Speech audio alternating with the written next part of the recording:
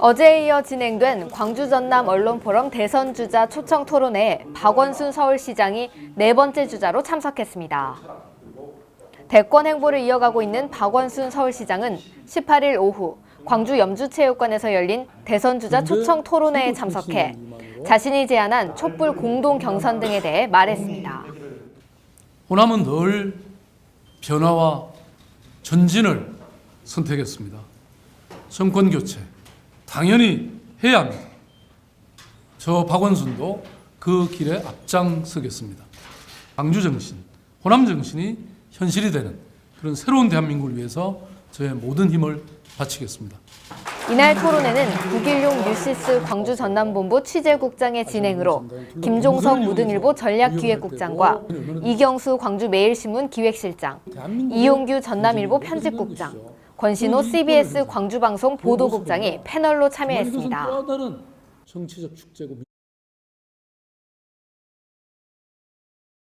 사실 저는 당내에 세력이 없습니다.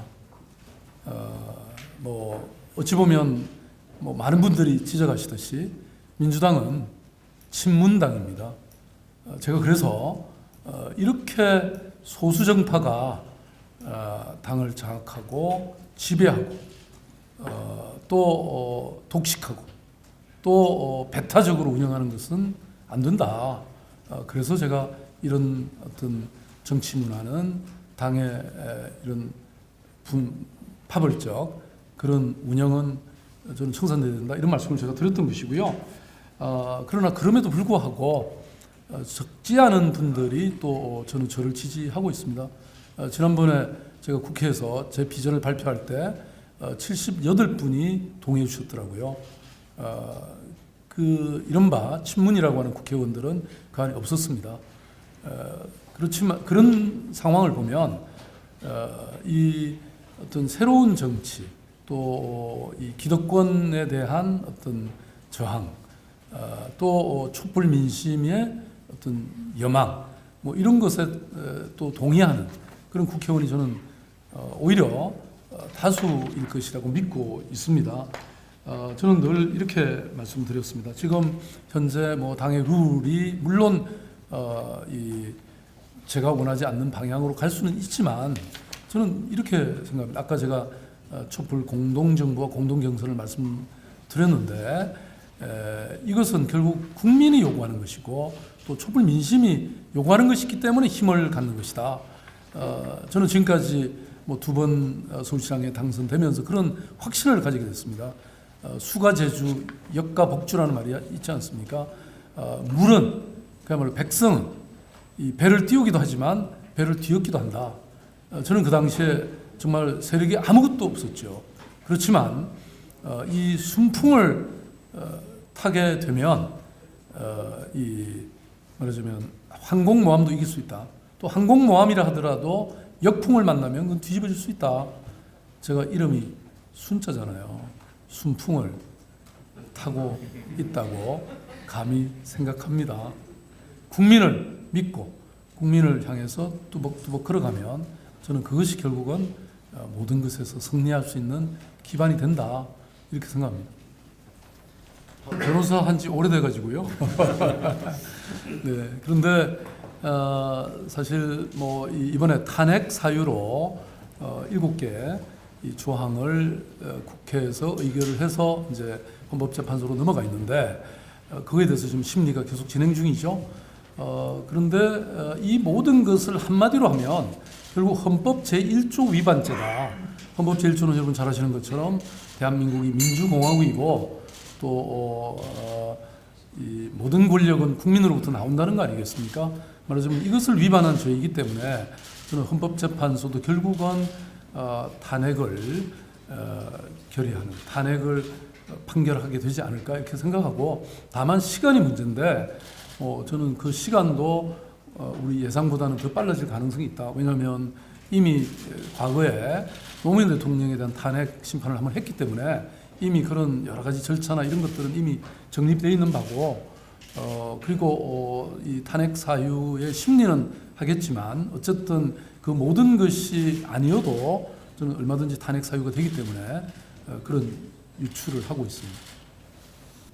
여러 가지 원인이 뭐 저는 있다고 저는 생각합니다. 사실 저는 제 삶이 그러했지만 어떻게 하면 정말 좋은 세상을 만들고 또 어떻게 하면 정말 시민들에게 국민들에게 이런 좋은 정책을 만들어서 그분들의 삶의 질이 정말 바뀌게 할까, 삶이 좋아지게 만들까, 이런 고민으로 저는 지난 5년의 세월을 보냈습니다. 말하자면 선거를 준비하는 시간은 너무나 짧았습니다. 그리고 또 잘 아시다시피 서울시라고 하는 이 뭐 대한민국 수도이지 않습니까? 이 정부를 이끌면서 사실은 뭐 다른 사람들처럼 지방을 이렇게 다니고 또 그러기가 참 쉽지가 않았습니다. 오늘 이런 날도 저는 늘 걱정이거든요.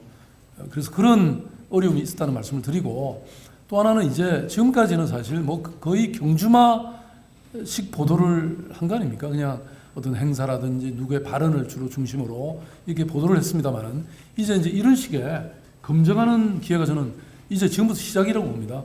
지금까지는 사실 이제 뭐 몸 푸는 단계였다면 이제 지금부터는 제가 보니까 일정들이 굉장히 깐깐한 그런 검증의 기회들이 이제 많이 생겨나고 있습니다. 그러면 그 사람의 여러 가지 정책적 역량과 또 국가 운영의 비전들이 제대로 드러나는 그런 이제 순간이 되지 않을까 이런 생각이 들고요. 최근에 우리 여기 이병환 참여정부 비서실장을 하셨죠? 그분이 어디 페이스북에 어젠가 올렸는데 보니까 저를 굉장히 격려하는 말을 하나 써놓으셨더라고요. 박 시장은 폭발적 가능성이 있다. 노무현 대통령도 경선 시작할 때는 2%였다. 네, 그래서 주변에 아마 굉장히 안타까워했는데 경선이 시작되면서 특히 광주에서 그냥 광주 경선을 통해서 1등하는 바람에 완전히 이 전체 분위기를 구조를 확 바뀌지 않았습니까? 저도 광주를 믿습니다. 네. 저는 기본적으로 사실 아까 말씀드린 것처럼 새로운 정부는 혁신 정부여야 된다. 그러니까 과거의 낡은 질서를 청산하고 그리고 새로운 대한민국을 구상하고 설계하고 실행해낼 수 있어야 된다. 이렇게 말씀드렸는데 그 핵심은 결국은 제도와 법령과 그런 관행을 혁신해내는 겁니다. 그래서 저는 이런 생각을 했어요. 서울시가 제가 서울시장으로서 행정을 해보니까 진짜 현실에 안 맞는 게 너무 많더라고요. 그래서 그런 걸 잘 정리해서 제가 이 세 권의 책으로 만들어갖고 국회의원과 이 정부에 제시를 했는데 고칠 생각을 안 해요. 그래서 악법 개폐청을 하나 만들어야 된다. 그래서 시민들이 불편해하고 또는 새로운 어떤 이 사회 질서를 만드는데 장애가 되는, 걸림돌이 되는 이런 것들을 전부 정리를 해내야 된다. 그런데 결국은 이러한 법령과 제도와 관행의 제일 마지막에 있는 게 헌법이라는 겁니다. 그런데 저는 헌법에 대해서 딱 이렇게 원칙을 정했습니다. 첫째, 이 헌법이 지금 청산의 대상인 새누리당의 정권 연장의 수단으로 활용돼서는 안 된다. 개헌이라는 것이. 두 번째는 헌법의 개정은 87년에 제정된 이 헌법이 그동안의 사회 변화에 따라서 개정돼야 된다. 그것은 말씀하신 그런 국가 권력의 구조에서부터 시작해서 기본권 또 사회 변화의 이 내용, 지방국을 포함해서 이런 것이 담겨야 된다. 세 번째, 지금 대통령 선거 기간은 워낙 짧아졌기 때문에 이 과정 속에서 개헌이 이루어질 수는 없다. 그렇기 때문에 대통령 공약 안에 담아야 된다. 네 번째는 저는 2019년이면요. 저는 서울시로서는 이미 2019년 임시정부 기념사업추진위원회를 만들었습니다. 그래서 임시정부 이 기념관을 저희들이 만들기 위해서 벌써 예산을 금년에 200억 투자해놨고요. 말하자면 이런 것처럼 2019년은 정말 상해 임시정부 100주년이 되는, 건국 100주년이 되는 정말 우리 대한민국으로서는 한 세기를 이제 과거를 마감하고 새로운 미래로 가야 되는 그런 중요한 기점이기 때문에 이때에 그 사이에 이제 거의 2년이 넘잖아요. 이 기간 동안에 국민들의 합의를 컨센서스를 만들어 가지고 그때 개헌을 하자.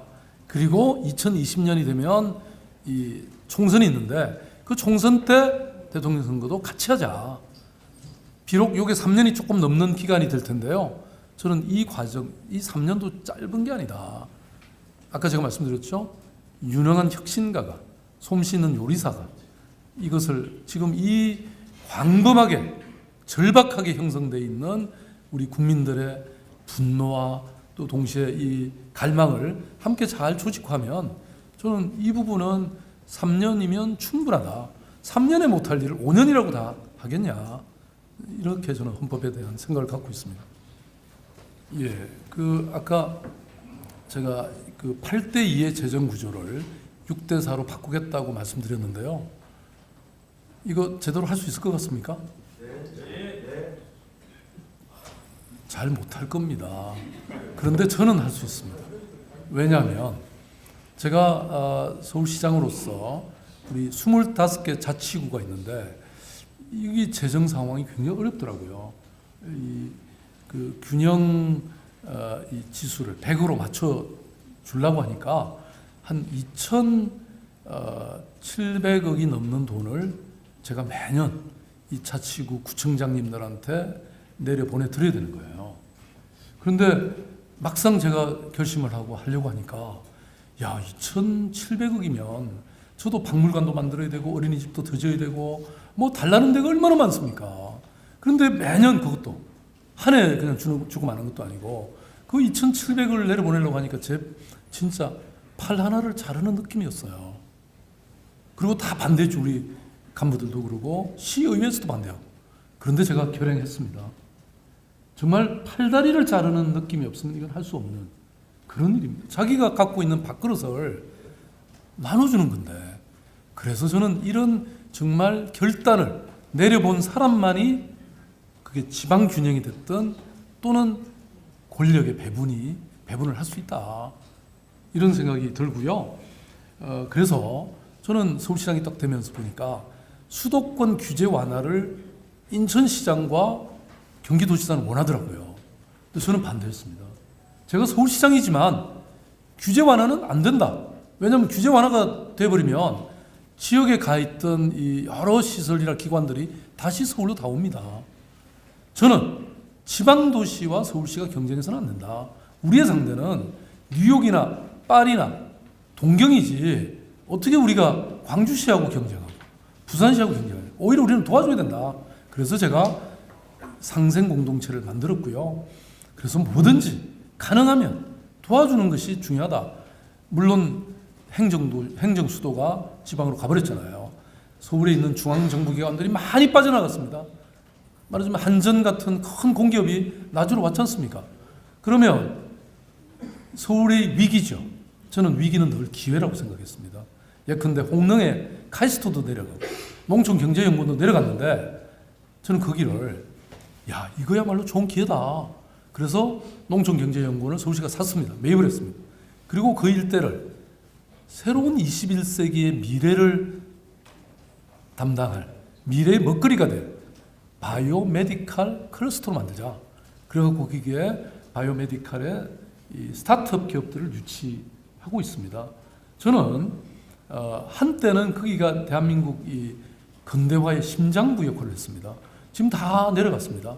그렇지만 21세기의 서울이 또 대한민국의 중심이 될 수 있는 그런 바이오메디칼을 저희들이 준비하고 있는 거거든요. 이게 지금 여러 군데 개포 디지털 혁신파크 또 저기 어디입니까? 은평을 중심으로 하는 이 사회혁신파크 뭐 이런 것들이 막 만들어지고 있거든요. 그게 바로 지방으로 많은 기관들이 이전했기 때문에 가능했던 일입니다. 저는 위기는 늘 기회입니다.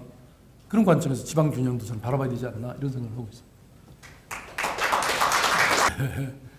우리 김 대표님 말씀 너무 좋은 제안이시고요. 사실 이미 서울시는 이런 일을 해왔습니다. 그 땅은 서울시가 내고 그다음에 그 지방 정부가 건물은 지어서 공동의 기숙사를 만드는 이런 일을 이미 해왔는데요. 강서구에 희망하우징이라 그래서 아마 그 600세대 정도인가 이미 이런 일을 했는데, 그러니까 적어도 숙소 문제는 그렇게 해결하고 있고, 오늘 제가 이 전남대, 조선대, 호남대 총장님하고 MOU를 맺습니다. 그래서 우리 광주 전남 지역의 이 대학생들이 서울에서 여러 가지 활동을 할 수 있는 그 기반을 다양한 형태로 만들자고 하는 그런 협력 모델을 지금 만들자고 하는 그런 것이고요. 사실 근데 땅이 많지 않아 가지고 사실 저는 우리가 참 배워야 될 게 파리를 가보니까요.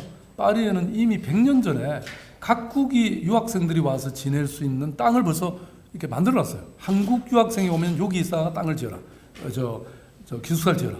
근데 그걸 오랫동안 안 하고 있다가 몇 년 전에 비로소 대한민국 국회가 결의를 해가지고 거기 기숙사를 지금 짓기로 하고 있답니다. 저는 적어도 세계를 경영하는 이런 도시라면 그런 정도의 미래를 볼 수 있어야 되는데 서울은 지금 이미 벌써 빼곡히 차 있어서 그런 땅을 내기가 쉽지는 않은데 그래도 우리 김 대표님 특별히 말씀하시니까 제가 오늘 올라가서 바로 찾아보고 연락드리겠습니다.